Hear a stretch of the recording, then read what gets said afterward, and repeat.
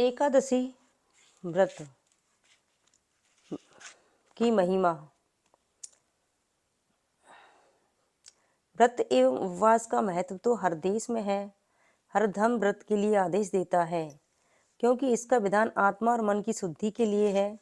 व्रत एवं उपवास करने से ज्ञान शक्ति में वृद्धि होती है तथा सद्विचारों की शक्ति प्राप्त होती है।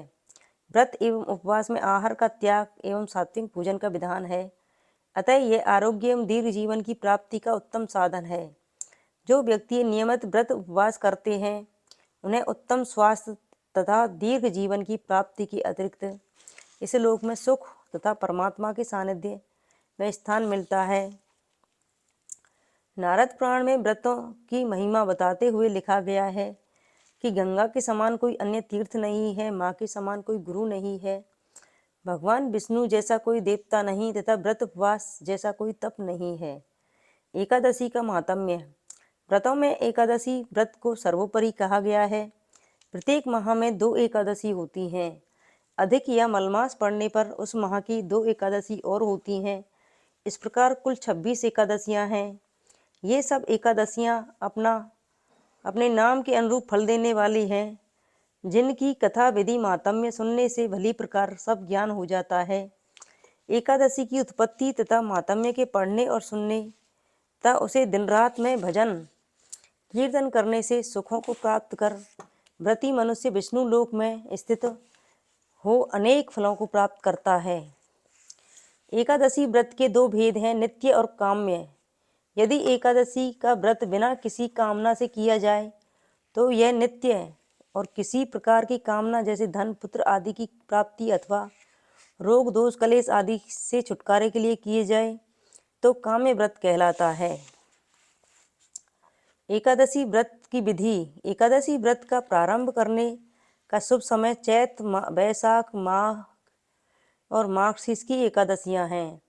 मलमास या अधिक मास गुरु शुक्र के अस्त रहते हुए दिन 6 सूर्य संक्रांति तथा सूर्य चंद्र के ग्रहण के समय व्रत का प्रारंभ नहीं करना चाहिए। कम से कम 8 वर्ष की आयु वाला व्यक्ति व्रत करने का अधिकारी है। सधवा स्त्रियों को अपने पति की आज्ञा को प्राप्त करके ही व्रत करना चाहिए। व्रत श्रद्धा भक्ति पूर्वक प्रारंभ करना चाहिए, किसी के दबाव में आकर न करें।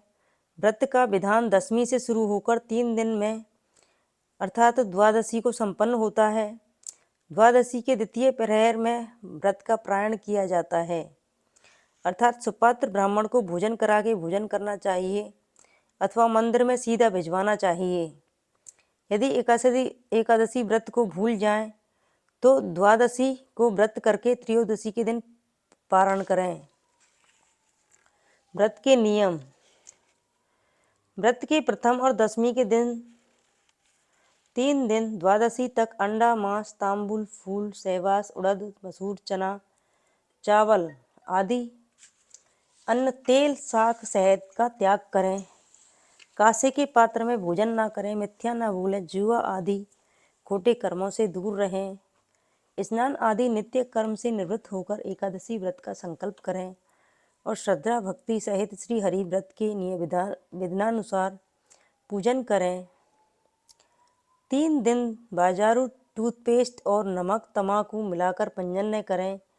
दातुन करें। अशक्त दुर्बल तथा रुग्ण व्यक्ति दूध फल औषधि आदि का सेवन कर सकते हैं। व्रत का उद्यापन। इस प्रकार व्रत करते हुए जब भी इच्छा हो व्रत का उद्यापन करके व्रत को समाप्त कर सकते हैं। व्रत का उद्यापन किसी योग्य आचार्य के द्वारा कराएं। 16 द्विज दंपतियों को सात्विक भोजन कराएं तथा अपने संबंधियों परिवार तथा इष्ट मित्रों को भोजन करा के स्वयं भोजन करें। दान दक्षिणा गोदान एकादशी व्रत की पुस्तकों का वितरण आदि करें। विधि पूर्वक योग्य आचार्य के द्वारा शास्त्रोक्त विधि से उद्यापन कराने से ही एकादशी व्रत की सिद्धि होती है। एकादशी के शाकाहार। एकादशी के दिन सागार का विशेष विधान है। जिस दिन जो सागार लेना है केवल उससे व्रत रहना। यदि कठिन है तो पहले ग्रास में उसे विशेष साकार को लेकर पीछे अन्य साकार या फलाहार लेना चाहिए।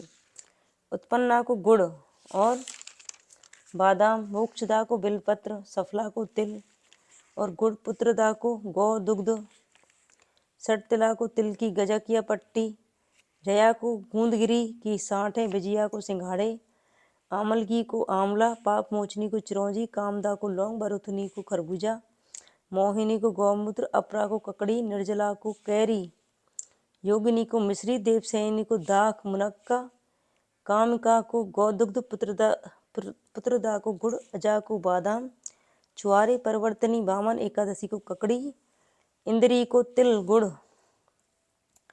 पाप कुंसा को सवा, रमा को केला, प्रबोधनी को कचरा, पद्मनी और परमा एकादशियों को ऋतु अनुसार सागार लेना चाहिए।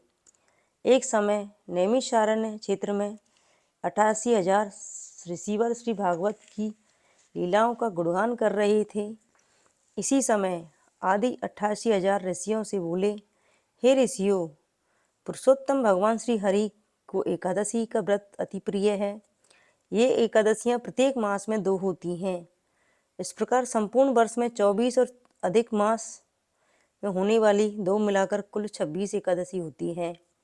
उनके नाम इस प्रकार हैं: उत्पन्ना, मोक्षदा, सफला, पुत्रदा, सटतिला, जया, विजया, आमलकी, पापमोचनी, कामदा, बरुथनी, मोहनी, अपरा, निर्जला, योगिनी, देवसैनी, कामिका, पुत्रदा, अजा, प्रवर्तनी, इंदिरा, पापकुंसा, रमा, देवोत्थनी तथा मलमास की और पद्मनी और परमा।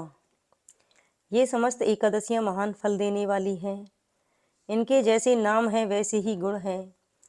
जैसे श्री हरि भगवान के अंश से उत्पन्न होने से अश्विन कृष्णा की एकादशी को उत्पन्न एकादशी कहा है तथा चंपक नगर के वैखानस राजा के पुत्र को मोक्ष देने से शुक्ल पक्ष की एकादशी मोक्षदा कही गई है।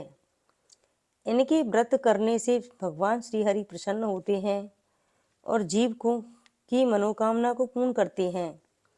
ऋषियों ने विनती भाव से पूछा, हे सूत जी, आप कृपा करके हमें इन समस्त एकादशियों के व्रत की विधि तथा उनके फल बताइए। श्री सूत जी बोले, हे ऋषिवरों, मैं आपके सम्मुख उन सब व्रतों का महात्म्य का वर्णन कहता हूँ जिन्हें योगीराज श्री भगवान कृष्ण ने स्वयं अपने मुख से पांडवों को कहा था।